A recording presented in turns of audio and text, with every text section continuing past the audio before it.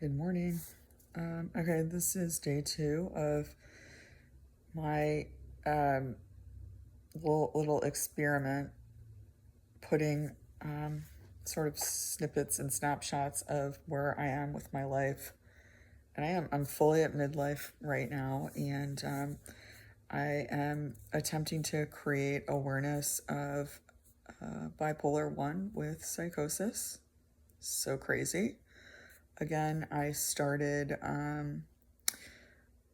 probably I probably had depression like a lot of teens do when I was younger, but I was very active and I had a great support system. My parents were still married, and we had a lot of great times. And I had my sisters, so I had my own little tribe just within, and we were all kind of in the same boat. And just trying to paint a picture.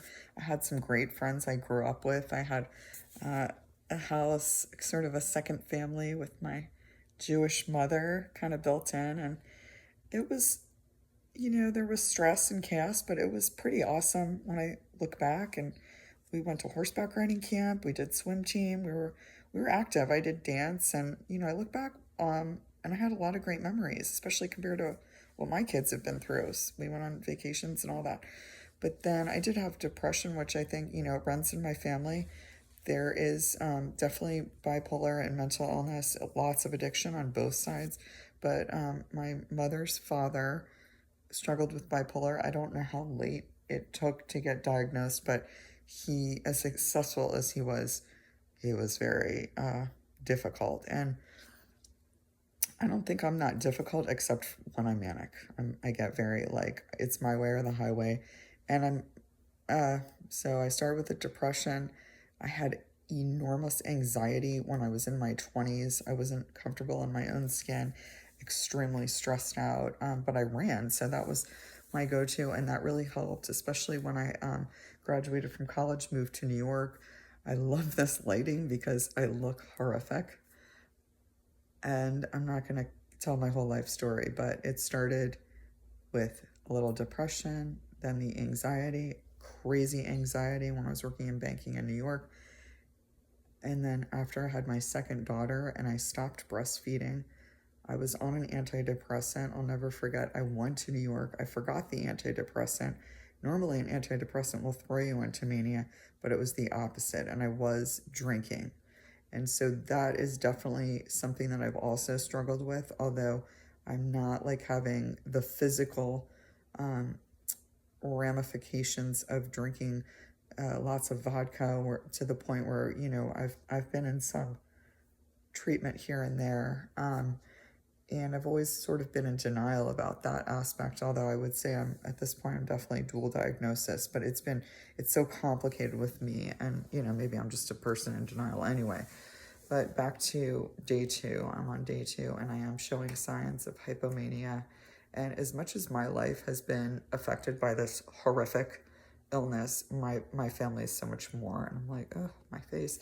And it's not funny at all. My kids are not with me right now. I've been back from Arizona now for 2 years, back to my hometown, and I'm so ashamed of myself and what I've been through that I'm isolating. And I don't know if a lot of people do that. I think with addiction, I think a lot of people do that. People who use alcohol as their go-to. And like, this is what I've learned about all of that, although I'm in denial and just working on that aspect of my life. Alcohol is also a disease. Being an alcoholic and an addicted person is a disease. And it's not, the illness is a symptom of whatever else is going on. A lot of times it's mental, some form of depression, which I don't think people call depression really mental illness. And there's a whole group of, there's a whole, whatever, school of thought and group of people who are like, you can control it completely with your thoughts. And I'm sorry, if you've had trauma, or if you're not exercising and completely doing everything, like spending all the money on the supplements and stuff, people cannot control the depression and the anxiety. And for example, me with my mood swings, it's unless you are vigilant and you've got a ton of money and you are super regiment, you are going to have an issue. And so I'm just, again, trying to create awareness. I've been back in Maryland for 2 years now, and I think people are shocked about what I've been through, and I really want to write a book, but I don't have the attention span right now, so I'm doing this instead because I've been doing this on sort of a video diary, which actually only one person has been privy to, pretty much. And so I just feel like I'm ready to share my story. I have the time on my hands, and I know people are worried about it, but the reason really I'm getting on here right now without disclosing everything in my whole life story is that I think it's time. I've got it on my hand. I've got time on my hands. I've been extremely depressed, and now I'm showing telltale signs of hypomania, and I want to not only be accountable but share my journey so people understand. So I'm in the kitchen of the place that I'm staying in. Since I've been back in Maryland, I've moved 8 times. 8 times. But it hasn't been all because of, the circumstances. It's been because I had no plan or setup. Like, I don't even want to go into that. I'll go into that whole story, but I'm in a place right now that is being renovated. And I'll only probably be here for a couple months. And then I'm hoping that I'll find something either here, or I would love to be closer to my kids, but I'm not going to go into that. So these are the cabinets they're putting in. Still have the old appliances. All the food is on the table. Since I've been here for 6 weeks, I have had to move my things twice for them to put in the floors once. And so it's been, again, stressful. And when you are somebody like me and you're trying to maintain a normal life with a job and as a mom, which I know everyone, all the females, especially anyone who's watching this right now, can identify with the daily life stress. And then when you take a person who has either depression or some sort of major mental illness like I do, where I'm really up and down, and I've had a really hard time regulating, especially with my age and the hormonal stuff going on, it's almost impossible. And since I've been back, it's been so unstable physically, and without the health, without a team of people watching me, because I've still been trying to line it up, because obviously it's very hard to get into therapy and all of that, it has gotten worse.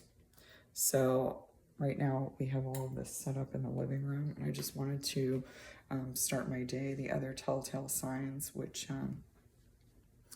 are pretty right on point. Like every 6 weeks I go up and down. I've been extremely depressed, laying down a lot. I hate work.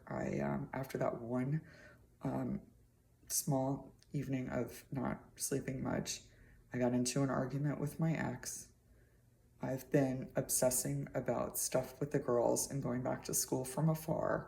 I'm more talkative. I feel like I have more energy. I made the most sales, and literally the day after I was only on 4 or 5 hours of sleep, I had more sales in the office. So that gave me a little more leeway on their thoughts of me, because I'm up and down. And, my family's worried. I'm back on social media. I'm starting to text people more. And as much as I've been affected, and so has my family, my children did not deserve to go through what they've been through. Like, I've been thinking so much, and I'm like, I should have just waited longer to even have kids until I had this completely under control. But that's a whole different story. So I'm gonna have my coffee, and if I have a good day, I'm going back to work normally. Another thing is, again, I took more medicine. I'm on like 5. Well, not really, but if I add my sleep meds, and then I do take an attention ADD med in the morning, so that's about 4 or 5. I'm trying not to take a lot of meds. That's another issue. The biggest telltale sign is I don't sleep as much, and it's not because I'm not trying. It's because I'm middle aged. I'm sure so many people can understand how hard it is. And not only did I take trazodone last night, I doubled one of my mood stabilizers. I got in bed early, but I woke up like 3 hours. I heard something. I ate in the middle of the night. I went back to bed. I was still up at 4:30. So I'm up at 4:30, and I should be going for a run, but I'm doing this instead. So have a good day. I'm having some.